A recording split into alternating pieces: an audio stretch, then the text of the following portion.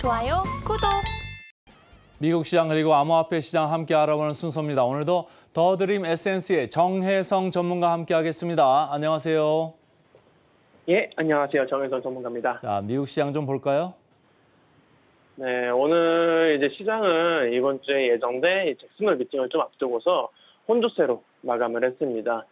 장 초반에는 좀 우하향하다가 중반 들어서 좀 크게 반등이 나왔는데 매수세가 좀 들어온 게 아닌가 이렇게 분석을 하고 있습니다.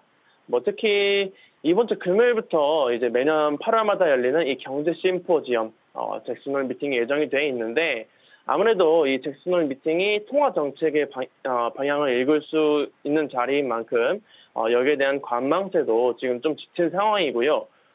지금 인플레이션과 경기 침체 우려 속에서 파월 의장이 어떤 발언을 할지에 대해 좀 주목을 할 필요가 있겠습니다. 자, 여기에다가 이 미국뿐만 아니라 유럽 중앙은행, 일본 은행 등의 통화 정책 방향도 같이 한번 이번에 확인을 하면 좋을 것 같고요. 그리고 지금 국채 금리가 계속 오르면서 이 장기 금리 상승세가 계속 이어지고 있는 와중에도 오늘 기술주들이 크게 반등을 했죠. 기술주들이 상승이 좀 나스닥 지수 상승을 견인했다고 볼 수가 있겠고요. 마이크로소프트, 메타, 테슬라, 엔비디아까지 지난주에 하락했던 만큼 오늘 크게 반등을 하는 모습 보여줬습니다. 이렇게 기술주들이 오르니까 당연히 필라델피아 반도체 지수 같은 경우에도 오늘 간만에 거의 3% 가까운 상승세를 보여줬고요. 오늘 국내 증시에서도 이 반도체나 AI 그리고 2차 전지 관련주들의 흐름을 꼭 체크하시길 바란다고까지 말씀드리겠고, 자, 그리고 어제 이제 중국이 기준금리 역할을 하는 이 대출 우대 금리를 좀 인하를 했습니다. 1년 만기 같은 경우에는 0.01%포인트 낮추고 5년 만기 같은 경우에는 그대로 동결을 했고요. 지금 디플레이션 위기나 이 비구에 의한 디폴트 우려 때문에 0.15%포인트씩 인하를 하면서 좀 시장에 돈을 풀 거라고 생각을 했는데 시장 예상과는 다른 흐름을 지금 좀 보여줬고요.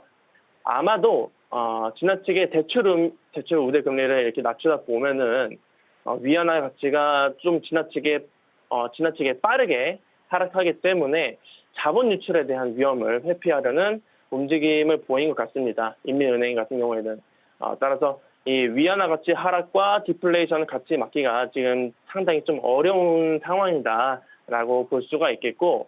어쨌건 이런 이유들 때문에 지금 투자자들의 심리도 영 좋지 못한 모습을 계속해서 보여주고 있죠. 오늘도 제가 이 공포 탐욕 지수를 가져왔는데 제가 이 공포 탐욕 지수를 가져올 때마다 지금 수치가 하락하고 있어요. 지금은 아직은 이제 중립 단계 위치에 있지만은 진짜 조금만 더 가면은 이제 공포 단계에 진입하는 위치에 와 있고요. 지금 시장이 좀 상승해줄 만한 이런 좀 모멘텀이 필요한 시점이라고 생각을 하고 있습니다. 경기 연착륙이 나와주면서 이 기준금리는 동결로 유지할 수 있는 이런 기대감도 같이 나와줘야 하고 이 중국 같은 경우에도 지금 빨리 경기를 되살려야 이제 투쟁 자체도 살아날 수가 있을 거다라는 말씀까지 전달을 해드리도록 하겠습니다. 중국에서 기준금리라고 할 수 있는 거를 지금 0.01%포인트 이렇게 찔끔 올렸죠. 근데 이제 중국 상하이 시장은 오히려 좀 밀렸어요. 1.3% 정도 더 밀려가지고 우리 시장 오늘도 어떻게 좀 반응할까 좀 지켜봐야 될 것 같은데 조금 아직도 우려가 남아있는 거죠. 지난번에 우리가 엑스트림 그레이드까지 갔지 않았습니까? 아주 극단적인 탐욕까지 갔다가 주가가 서서히 밀려오는데 그때 극단적인 탐욕 갈 때가 사실은 미국 주가도 거의 고점 수준이었죠. 그러니까 최근에 좀 밀려 내려오는데 어디까지 더 밀려 내릴 거냐 이걸 좀 봐야 되는데 지금 상하이 지수 절대 강도 지수 RSI라고 하죠. 지금 30 근처까지 내려와 있어가지고 0.01%포인트 내려가지고 지금 해결이 안 될 것 같다 이런 생각 개인적으로 좀 들고요. 자, 미국 시장으로 좀 가보죠. 엔비디아 어제 무려 8%나 더 넘게 올랐습니다. 맞습니다. 오늘 이제 이 반도체 지수, 필라델피아 반도체 지수가 좀 급등을 했으니까, 급등한 것도 있었죠. 이 엔비디아 급등을 하면서. 따라서 오늘 국내 시장에서도 제가 아까 반도체 관련주들 눈여겨보라고 했던 것도 이유가 있었고, 지금 이제 실적 시즌이 이제 지금 마지막을 향해서 달려가고 있는데 이 마지막을 엔비디아가 장식할 것 같습니다. 뭐 이 지금 세계적인 투자은행 HSBC에서 엔비디아의 목표가를 620달러까지 상향을 했고요. 이 HSBC는 이제 보고서에서 엔비디아가 가진 이 AI에 특화된 반도체가 지금 전 세계적으로 수요가 좀 넘치고 있어가지고 주가 상승 여력이 충분하다 이렇게 좀 설명을 했고요. 이 내일 모레 발표되는 엔비디아 실적이 좀 호실적을 내놔줄 거란 기대감까지 좀 더해지면서 오늘 8% 넘게 폭등을 했고 필라델피아 반도체 지수도 아까 보여드렸다시피 이렇게 좀 크게 상승을 했다. 그래 이 상승을 견인했다라고 좀 볼 수가 있겠습니다. 자, 그리고 지금 세계 최대의 사이버 보안 회사 펠로알토 네트워크스가 어제 호실적을 발표를 하면서 14% 넘는 급등세를 보였습니다. 이 펠로알토 같은 경우에는 지금 매출액이 시장 예상치보다 좀 소폭 밑돌았지만은 지금 이 주당 순이익이 1.44달러로 시장 예상치 1.29달러를 좀 크게 웃돌았고요. 2024 회계연도 이제 실적 가이던스도 같이 공개를 했는데 조정 순이익이 5.27에서 5.4달러까지 좀 제시를 하면서 이 펠로알토 측에서는 수익성에 초점을 맞추겠다고 이렇게 발표를 하면서 오늘 급등하는 모습 보여줬습니다. 자, 그리고 최근 좀 잠잠했죠. 이 메타가 최근 이 새로 출시했던 이 스레드가 이번 주 내로 이제 웹 버전이 따로 출시가 될 거라고 합니다. 뭐 이 웹 버전에서는 이제 누가 자신을 팔로우하고 있는지 쉽게 알 수 있는 기능을 또 추가하기도 하고 이용자들이 이 팔로잉 중인 이제 계정의 게시물들을 시간 순서대로 볼 수 있는 기능을 추가했다고 하는데요. 그동안 이 신규 이용자 수 추세가 좀 많이 줄어들면서 이 전에 X, 전 트위터, X와의 경쟁력을 높이기 위한 좀 무언가가 계속 필요했는데 이 새로운 기능을 이번에 탑재를 하면서 앞으로 어떻게 이 X와의 경쟁을 이어갈지 또 지켜볼 필요가 있겠습니다. 자, 그리고 오늘 전기차 업종들도 전부 다 괜찮았잖아요. 전부 다 상승을 했는데 유일하게 니콜라만 폭락을 했습니다. 니콜라 같은 경우에는 지금 지난 14일에 니콜라의 수소 트럭이 화재 위험이 있다면서 자발적으로 리콜을 한 상황에서 어떤 시스템 오류인지는 밝히지를 않았지만 오늘은 이 배송 시스템에 문제가 발생했다고 밝히면서 악재가 겹쳤기 때문에 지금 이렇게 23% 넘는 폭락을 보였다라는 이슈까지 전달을 해드리도록 하겠습니다.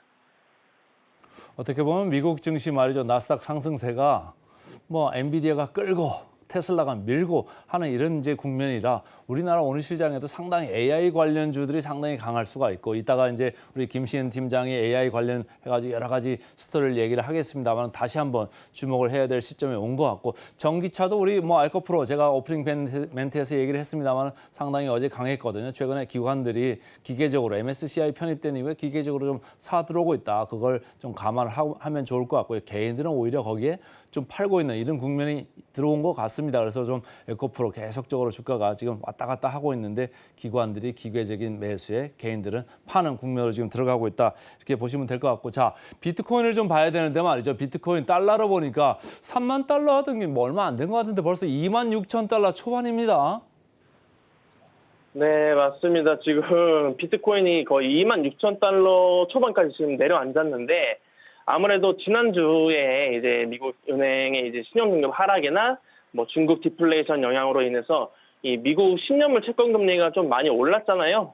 그런 영향들을 좀 받고 있는 것 같습니다. 현재 지금 이렇게 위험 자산 회피 현상이 같이 일어나면서 비트코인 가격은 지금 크게 하락한 이후에 횡보하는 흐름을 이어가고 있고요. 이런 매크로 환경이 좀 좋아지지 않는다면은 제가 앞에서도 말씀드렸다시피 증시뿐만 아니라 이 암호화폐 시장에도 전반적으로 좀 이렇게 영향을 줄 수밖에 없는데 당분간은 좀 추이를 지켜보면서 짧게 단기적으로 좀 매매를 하거나 뭐 이미 손실 중인 계좌가 있다면은 굳이 손실을 확정짓지 말고 장기로 투자하는 전략을 챙겨가는 게 좋을 것 같습니다. 알트코인 투자자들도 마찬가지입니다. 그리고 지금 시장 자체가 지금 추세를 전반적으로 좀 돌려주지 못하고 하방 압력을 크게 받고 있죠.